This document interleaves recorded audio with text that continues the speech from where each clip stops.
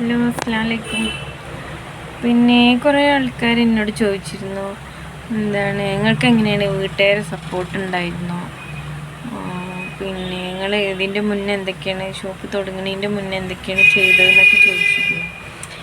അപ്പോൾ നമുക്ക് വീട്ടുകാരെ സപ്പോർട്ട് എന്ന് പറഞ്ഞാൽ എൻ്റെ വീട്ടിൽ നിന്ന് എൻ്റെ പാരൻസിൻ്റെ സപ്പോർട്ട് ഫുള്ളായിട്ടുണ്ടായിരുന്നു കേട്ടോ. അവരോട് ഞാൻ പറയേണ്ട താമസം ഈ എനിക്ക് നല്ലതാണെന്ന് തോന്നുന്നുണ്ടെങ്കിൽ ചെയ്തോ എന്നുള്ളൊരു അഭിപ്രായമാണ് എൻ്റെ പാരൻസിൻ്റെ ഭാഗത്തു നിന്നുണ്ടായിരുന്നത്. പക്ഷേ ഹസ്ബൻഡിൻ്റെ ഫാമിലിയിൽ നിന്ന് എനിക്ക് കുറച്ച് അവർക്ക് തീരെ അങ്ങനെ സപ്പോർട്ട് ഉണ്ടായിരുന്നില്ല. അവരെ ഭാഗത്തുനിന്ന് നമുക്ക് തീരെ അവരെ നാട്ടിൽ തന്നെ കുറേ നോക്കി, നമ്മൾ ഷോപ്പിടാൻ വേണ്ടിയിട്ട് കുറേ അലഞ്ഞ് നടന്നു. ലാസ്റ്റ് എന്താ പറയുക, ഭയങ്കര ടെൻഷനായിട്ടോ. നമുക്ക് എവിടെയും കിട്ടിയില്ലല്ലോ എന്നുള്ളൊരു സങ്കടം ഇങ്ങനെ വന്നപ്പോൾ നമ്മളെ ഇപ്പോൾ എൻ്റെ വീടിൻ്റെ അടുത്ത് നമ്മൾ നോക്കിയപ്പോൾ പറഞ്ഞു, നമുക്കൊരു കാര്യം ചെയ്യാം, നമ്മളെ കൂടെ സപ്പോർട്ടായിട്ട് നിൽക്കണില്ല എന്നുണ്ടെങ്കിൽ ഞങ്ങൾക്കത് കൂടുതലായിട്ട് ഇടണം എന്നുള്ള ആഗ്രഹമുണ്ട്. അപ്പോൾ എന്നാൽ ഒരു കാര്യം ചെയ്യാം, നമുക്ക് ഇവിടെ എവിടെയെങ്കിലും നോക്കാം എന്ന് പറഞ്ഞിട്ട് നമ്മളെന്ത് ചെയ്തു, നമ്മളെ നാട്ടിൽ വന്നിട്ട് നോക്കുക എന്നിട്ട് ചെയ്തത്. അപ്പോൾ അങ്ങനെ അൽഹംദുലില്ലാ അതുപോലെ നമുക്കൊരു നല്ലൊരു സ്ഥലം കിട്ടി, റൂം കിട്ടി. അപ്പം അങ്ങനെ പിന്നെ നമ്മൾ ഇവിടെ ഇരുന്ന് നമ്മളെ ബിസിനസ് സ്റ്റാർട്ട് ചെയ്ത് എൻ്റെ നാട്ടിൽ. അങ്ങനെ പിന്നെ അപ്പോൾ അവർ എന്താ പറയുക, അവർക്ക് അത്ര ഒരു താല്പര്യം ഉണ്ടായിരുന്നില്ല. പിന്നെ അങ്ങനെ കുറച്ച് കഴിഞ്ഞ് നമ്മൾ ബിസിനസ്സൊക്കെ വന്ന് പിന്നെ നമ്മൾ ഈ ട്രാവലായിട്ടും ഇങ്ങനെ എപ്പോഴും ഇങ്ങനെ പുറത്ത് പോകണമല്ലോ നമ്മൾ പർച്ചേസ്. പിന്നെ അതേമാതിരി സീസണിൻ്റെ സമയത്തൊക്കെ എന്ന് പറഞ്ഞാൽ പിന്നെ നമുക്ക് എന്തായാലും വീട്ടിലൊന്നും അങ്ങനെ നിൽക്കാനൊന്നും പറ്റില്ല. അപ്പോൾ ആ ഒരു കാര്യത്തിലൊക്കെ അവർക്ക് മനസ്സിക്ക് നല്ലൊരു ബുദ്ധിമുട്ടുണ്ടായിട്ടുണ്ട്. അപ്പോൾ നമുക്കും പറ്റൂല, നമുക്കിതിങ്ങനെ ഇട്ടുകൊണ്ട് നമുക്ക് ഇട്ടെറിഞ്ഞ് പോകാനും വയ്യല്ലോ. അപ്പോൾ അങ്ങനെയൊക്കെ ഒരു കണ്ടീഷൻ ഉണ്ടായിരുന്നു. പിന്നെ നമുക്ക് അവരെ സമ്മതം മേടിക്കുക എന്നുള്ളതായിരുന്നു. അങ്ങനെ മനസ്സോടെ ഒരു സമ്മതിച്ചു. അങ്ങനെ നമ്മൾ ഷോപ്പ് തുടങ്ങുന്നതിൻ്റെ മുന്നേ കുറച്ച് കാര്യങ്ങൾ ഉണ്ടായിരിക്കണം കേട്ടോ. ഇത് സംഭവിച്ചത്, നമ്മൾ ആദ്യമായിട്ടാണ് ഈ ഫീൽഡിലേക്ക് ഇറങ്ങണത്. അപ്പോൾ ഇറങ്ങുമ്പോൾ നമുക്ക് ഇതിനെ പറ്റിയൊന്നും അറിയില്ല.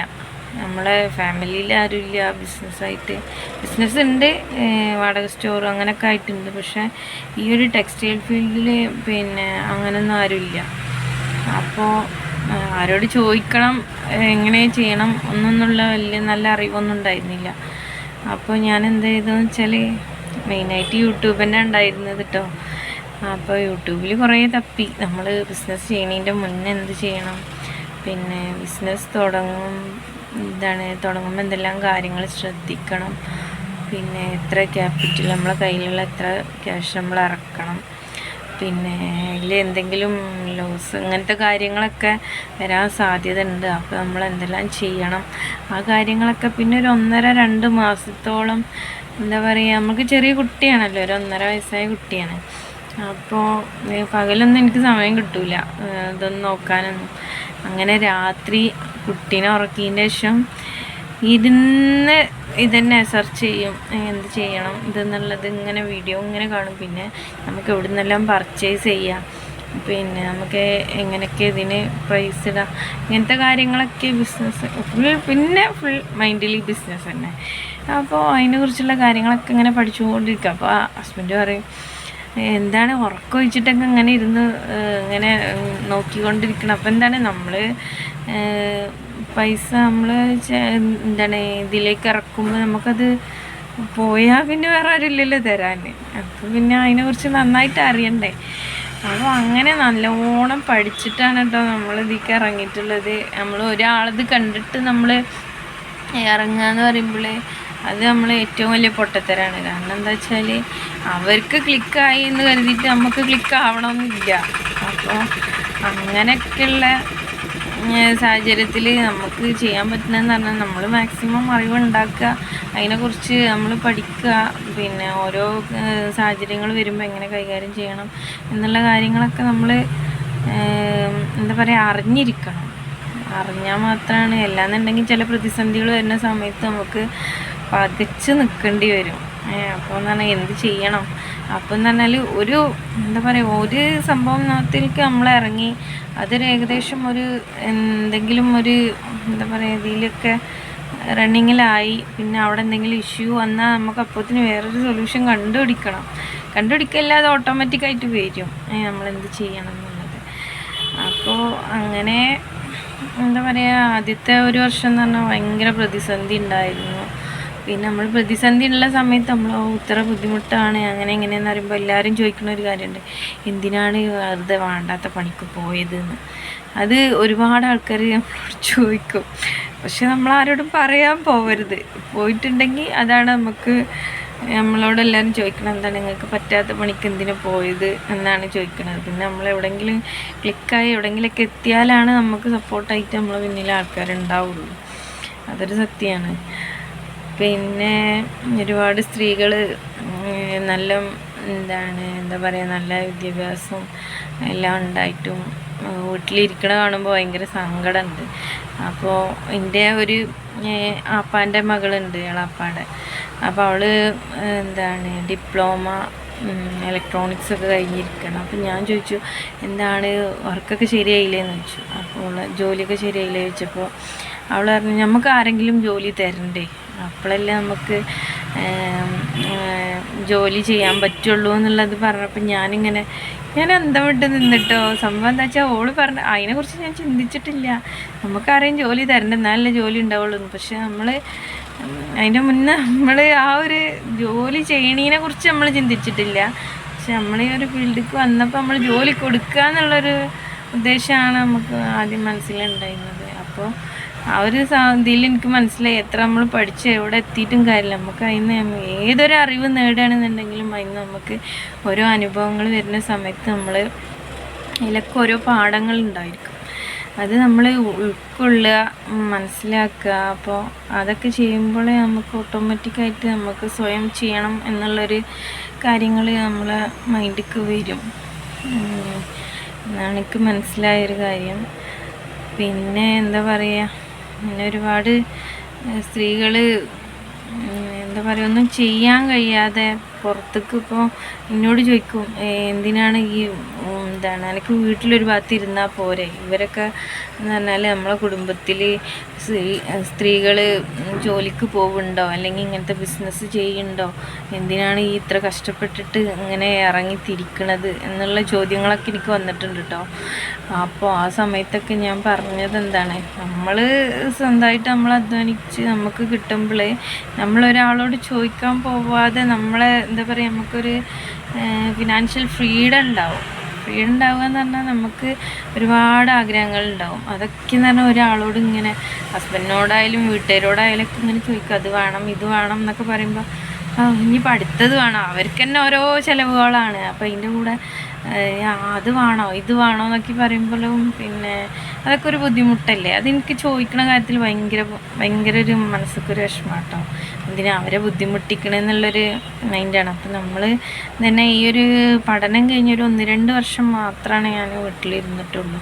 ആ ഇരുന്നൊരു സമയത്താണ് ഇങ്ങനത്തെ ഇൻസിഡൻ്റൊക്കെ ഉണ്ടായത്. അപ്പം തന്നെ നമ്മൾ ഓരോ തീരുമാനമായിട്ട് മുന്നോട്ട് വന്നിരുന്നു. പിന്നെ നമ്മൾ സ്വന്തമായിട്ട് ക്യാഷ് ഉണ്ടാക്കി തുടങ്ങിയപ്പോൾ പിന്നെ നമ്മൾ എന്താ പറയുക, അതാണ് ഏറ്റവും ബെറ്റർ എന്ന് എനിക്ക് തോന്നിയിട്ടുണ്ട്.